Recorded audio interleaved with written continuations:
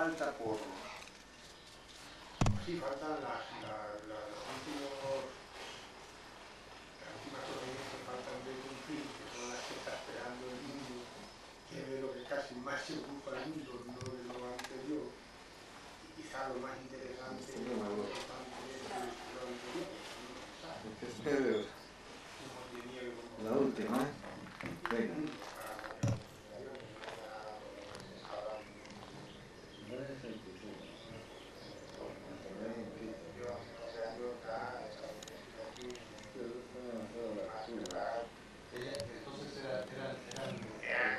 éramos casi los más, bastante más.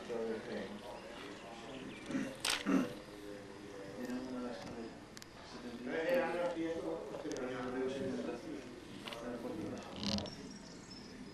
y era que solamente era un acontecimiento que el mundo tenía gobierno, tenía cambio a seguir aquello, pero no pasa nada.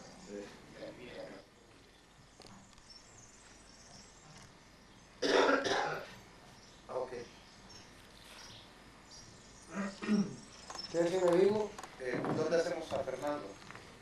No, quédate ahí, para hacer un poquito bien. Ustedes dos ahí conversando.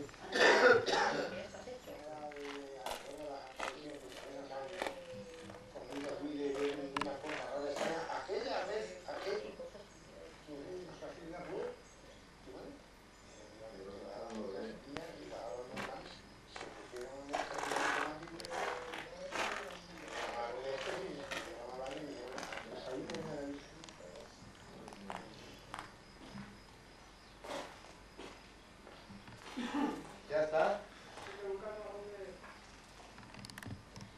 Gracias. Nada, ya está, ahora digamos esto, no hay que sacar. Qué interesante, ¿eh? Qué interesante la cantidad de diferentes versiones que hay. Bueno, yo, cada uno tiene su hay muchas veces porque Hoy. Sí, creo que sí. Sí, verdad, ahora ya es así, no cambia mucho. Pero ahí sale reformado. Pero adelanto, al resto del otro hermano. Bueno, espera, prueba. Para... Lo hacemos con calma y que quede bonito. ¿Vale? Sí, pero la línea de... Ok, pero entonces, por la derecha salida. ¿Qué más? Ahora endereza, mírala para acá. Así. Al año siguiente, mira, esta que no la tuvo hojas, me había caído. ¿Sí? La de mi abuela. La verdad que una... No pensare me sarò felice come quando ci rifletto, lo único que sé porque me acuerdo de una canción. No pensare me sarò felice come quando sento una ¿Podría hablar de viaggio. ¿Puedo Ah, hablar? Sí. Claro. Dígame. tu nombre completo, Filiación. dónde naciste, los países que conoces. Pero como... Entonces no acaba nunca, si dices los países que Sí, conoces. es por prueba. Dime las primeras 15 maestras que tuviste en tu vida. Vamos allá, ya me electro de la voz, de mi pastosa y horrible voz. Pero en fin, ¿qué le vamos a hacer? El que tiene voz microfónica era ayer Julio Arcos, ¿eh? Julio. Sí. Bueno, entonces. Siempre mirándome.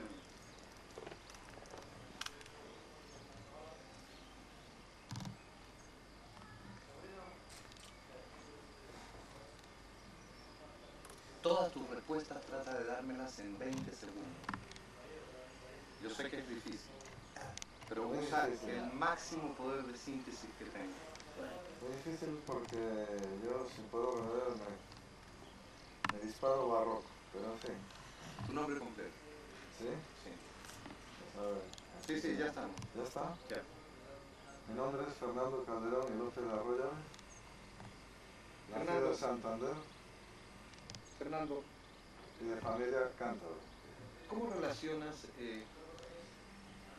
las apariciones de Garabandal? ¿Cuál es tu interpretación de las apariciones de Garabandal? Un hecho más dentro de la nutrida casuística mariana, donde quizás dar diferentes interpretaciones a un mismo fenómeno que se repite esporádicamente y de un modo claro, aunque con variantes según el punto geográfico que ellos eligen. Por ejemplo, ¿qué tipo de interpretación? Bueno, aquí por ejemplo podría ponerse la espontánea reacción popular de entusiasmo, fanatismo, de creer, de rechazo, de fe, y también la escéptica y hasta cierto punto sana prudencia empleada por la Iglesia, a veces una prudencia excesivamente dura y fuera de todo sentido, es decir, hay un límite. Aunque es verdad que al fin y al cabo en la fe hay que dejar esa libertad, esa fluidez para poder intentar tomar una determinación y una postura ante lo insólito de este fenómeno llamado celeste o mariano o de otras procedencias. Por ejemplo, hablando de otras procedencias, o de la Virgen, para otros es la presencia de extraterrestres o de objetos voladores no identificados. Pues la verdad es que por fuerza hay que entender y aceptar que en cierto momento, antes, en medio o después de estos contactos, estas materias se unen. Primero porque no son terrestres, por lo tanto, lo que no es terrestre es de fuera de la Tierra, es extraterrestre. Ahora, esto no significa que tenga que ser personajes relatados por ejemplo, un hombre muy heterodoxo del asunto, como es un von Däniken, el francés ¿cómo se llama? Bueno, no vale la pena citarlo porque no interesa, no es fiable, pero por ejemplo, Benítez en España, Jacques Vallée, en fin, Antonio Rivera en Cataluña, en fin, el caso es que los fenómenos se encuentran. Y en cuanto a el fenómeno OVNI, pues evidentemente, y sin ir más lejos, aquí, en un fenómeno físico que vio toda la multitud, soltaba llamaradas y que fue hasta Los Pinos, las niñas le preguntaron a la señora, a la aparición, a la Virgen, según la versión de cada uno, ¿y eso qué es? Un poco extrañadas y el público asustado. Dice, pues en eso, en neutro, en eso vengo yo. Dijo la Virgen, Dijo la o Virgen, la aparición. o la aparición. ¿Tú sabes algo del encuentro que tuvo María Conchita con el Papa?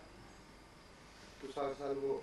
¿Fue llamada al Vaticano? Fue llamada al Vaticano, fue a, digamos, a sesión cerrada. Lo único que se sabe clarísimamente, porque fue esperada por una multitud de personas, es que el Papa la bendijo y le dio las gracias en nombre de la Iglesia, de él y del mundo. Esto es la única cosa que se oyó. Le dio las Toda la larga gracias. conversación. ¿Le dio las gracias de qué? Las gracias por el mensaje que le había traído, para el cual fue citado y fue llamada a que diera su declaración, su versión de estos acontecimientos. Dímelo en una oración completa, o sea, cuando te digo oración completa, el Papa llamó a María Conchita y lo único que se supo es que... Entonces, ¿qué pasó? Creo que viajó con su madre al Vaticano y a partir de ahí se cerraron las puertas y ya fue una visita completamente personal y no fue pública, ni mucho menos. Pero lo que se supo, lo que me acabas de decir, ¿quién agradeció a quién? El Papa Pablo con VI, nombres. Pablo VI a la niña y a su madre, que es la única que pudo acompañar a su hija en esta visita, digamos, casi secreta. Del mismo modo que sucedió en Fátima, pues, en la década de los 10 a los 20, ¿no? Casi el mismo mecanismo, también con fenomenología aparentemente solar y planetaria, pero que era perfectamente encuadrada en el fenómeno incluso estándar, incluso frecuentísimo del fenómeno OVNI. Hay cierta gente que se niega a creer que las apariciones de la Virgen podrían ser relacionadas siquiera con seres venidos de otros planetas. Bueno, ¿Cuál es tu opinión? La opinión mía es que comprendo que se pueda mezclar, que se pueda confundir, pero que